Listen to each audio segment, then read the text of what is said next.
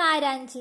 മൈദ 2 cup, നെയ്യ് 1 cup, ഉപ്പ് 1 നുള്ളി, ചെറു ചൂടുവെള്ളം, മാവ് കുഴയ്ക്കാൻ ആവശ്യമായത്, റവ 1 കപ്പ്, ഉണക്കത്തേങ്ങ ചെറുതായി കൊത്തിയത് 1/2 കപ്പ്, കശകശ 1/4 കപ്പ്, പൊടിച്ച പഞ്ചസാര 3/4 കപ്പ്, ഗോതമ്പ് മാവ് 3 കപ്പ്, ഏലക്ക പൊടിച്ചത് 1/2 ടീസ്പൂൺ, അണ്ടിപ്പരിപ്പ് നുറുക്കിയത് 1/4 കപ്പ്, എണ്ണയോ നെയ്യോ വറക്കാൻ പാകത്തിന്. 1 ടീസ്പൂൺ നെയ്യ് ചൂടാക്കി റവ ചെറുതായി വറക്കുക. വീണ്ടും 1 ടീസ്പൂൺ നെയ്യ് ചൂടാക്കി തേങ്ങാക്കൊത്ത് ഇളം ബ്രൗൺ നിറത്തിൽ വറുത്തു കോരണം. 1 ടീസ്പൂൺ നെയ്യ് ചൂടാക്കി ഗോതമ്പ് മാവ് ഇളം റോസ് നിറമാകുന്നത് വരെ വറുക്കുക. നെയ്യ് ചേർക്കാതെ കശകശ വറുത്ത് പൊടിക്കണം. റവയും തേങ്ങയും ഗോതമ്പ് മാവും കശകശയും പഞ്ചസാരയും ഏലക്കാപ്പൊടിയും അണ്ടിപ്പരിപ്പും ചേർത്ത് യോജിപ്പിച്ച് വെക്കുക. മൈദാ മാവിൽ നെയ്യും ഉപ്പും ചേർത്ത് പാകത്തിന് ചെറു ചൂടുവെള്ളം ഒഴിച്ച് ചപ്പാത്തി പാകത്തിൽ കുഴയ്ക്കുക. ഇതിൽ നിന്നും ചെറിയ ഉരുളകൾ ഉരുട്ടിയെടുത്ത് പൂരി പോലെ പരത്തണം.